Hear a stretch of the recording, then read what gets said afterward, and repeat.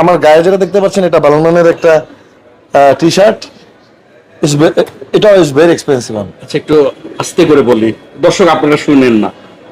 আমাকে একজন বলতেছিল যে এটার দাম নাকি 1,00,000 টাকা। 1,00,000 টাকা হয় না, 50,000 টাকার মতো এই একটা গেঞ্জি, একটা টি শার্টের দাম।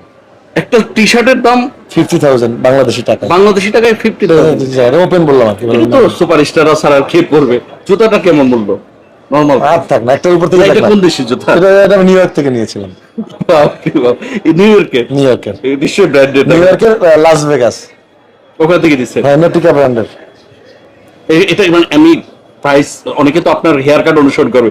এইটা যদি দেখা গেল যে টাকা পয়সা জমিয়ে আবার জুতা কিনতে পারে, কোনো অসুবিধা নাই। দামটা আমি জানতে তো ব্র্যান্ড বলে দিলাম, নটিকা ব্র্যান্ড, তা কিনে নেবে, অসুবিধা কি?